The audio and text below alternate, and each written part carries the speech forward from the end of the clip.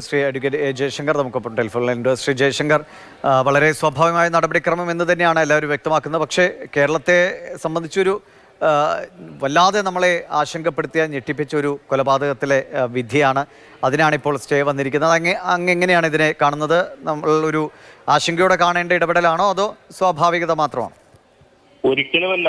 അത് ഒരു മനുഷ്യനെ നിയമവിധേയമായിട്ടാണെങ്കിൽ പോലും തൂക്കി കൊല്ലുന്നതിന് മുമ്പായിട്ട് സുപ്രീം കോടതിക്ക്, അവസാനത്തെ നീതിപീഠമാണല്ലോ, പരമോന്നത നീതിപീഠമായ സുപ്രീം കോടതിക്ക് സ്വയം ബോധ്യപ്പെടേണ്ടതുണ്ട്. ഇയാളാണ് കുറ്റം ചെയ്തത്, ഇയാളല്ലാതെ മറ്റാരുമല്ല എന്ന് മാത്രമല്ല, ഇതിന്റെ പരമാവധി ശിക്ഷ, അതായത് വധശിക്ഷ തന്നെ അയാൾ അർഹിക്കുന്നുണ്ട്. അയാൾ യാതൊരു ദയക്കും യാതൊരു ദാക്ഷിണ്യത്തിനും അർഹനല്ല എന്ന് ബോധ്യപ്പെടണം.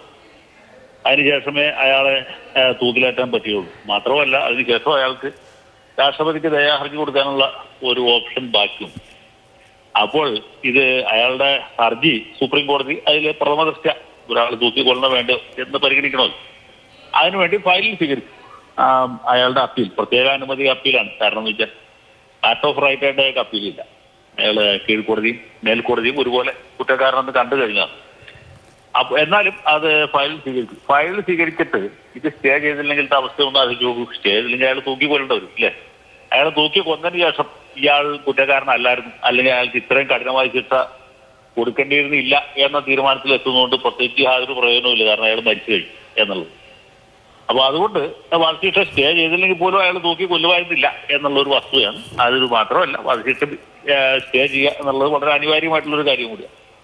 ഇനിയിപ്പോ സംസ്ഥാന സർക്കാർ ചെയ്യേണ്ടതെന്ന് വെച്ചാൽ ഈ കേസ് പരമാവധി നേരത്തെ തന്നെ സുപ്രീം കോടതിയിൽ എടുപ്പിച്ച് വാദം കേട്ട് ഒരു തീരുമാനം ഉണ്ടാക്കുക എന്നുള്ളതാണ്. അതിന് ആശങ്കപ്പെടാനായിട്ടൊന്നും തന്നെ ഉണ്ട് എന്ന് തോന്നുന്നില്ല. നേരെ മറിച്ച് സ്റ്റേ ചെയ്തില്ലെങ്കിലാണ് നമ്മൾ ആശങ്കപ്പെടേണ്ടത്. ഇപ്പോൾ ഇതിൽ ഈ മനഃശാസ്ത്ര റിപ്പോർട്ട് അതൊക്കെ വേഗത്തിൽ തന്നെ തയ്യാറാക്കി നൽകാൻ കഴിയുന്നതാണോ? അതിന് എന്തെങ്കിലും ഒരു ചലനം കോടതിയിൽ ഉണ്ടാക്കാൻ കഴിയുന്നതായിരിക്കും? ഇപ്പോൾ സുപ്രീം കോടതി ഇതുപോലുള്ള പല കാര്യങ്ങളും പരിഗണിക്കുന്നുണ്ട്. ഇയാൾക്ക് മാനസാന്തരം ഉണ്ടാകാനുള്ള സാധ്യത എത്ര ഉണ്ടായിരുന്നു, ഇനി ഇയാൾ റിഫോംഡ് ആകാൻ വല്ല സാധ്യതയുമുണ്ടോ, ജയിലിൽ കിടന്ന കാലത്ത് ഇയാളുടെ പെരുമാറ്റം എങ്ങനെയായിരുന്നു, അയാളുടെ സാമൂഹ്യ പശ്ചാത്തലം എന്താണ്, അങ്ങനെയുള്ള കാര്യങ്ങളൊക്കെ പരിഗണിച്ച് അതും കൂടി പരിശോധിച്ചതിന് ശേഷമാണ് ഈ ഇമാതിരിയുള്ള കാര്യങ്ങളിൽ വിധി കൽപ്പിക്കുക. മറ്റേതെങ്കിലും കുറ്റകൃത്യത്തിൽ പങ്കാളിയായിരുന്നു, ഇനി ഇയാളെ പുറത്തു വിട്ടാൽ ഇതുപോലുള്ള കുറ്റകൃത്യങ്ങൾ ആവർത്തിക്കാനുള്ള സാധ്യത എത്രയുണ്ട്, ഇങ്ങനെ പല പ്രശ്നങ്ങളും അതിനകത്തുണ്ട്. ഇങ്ങനെ പല പല പല ഘടകങ്ങളും കൂടി പരിഗണിച്ചിട്ടാണ് ഈ തൂക്കുക ഉറപ്പാക്കുന്നത്.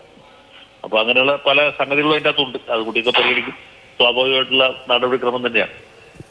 ശരി, വളരെ നന്ദി ശ്രീ ജയശങ്കർ പ്രതികരണം അറിയിച്ചതിന്.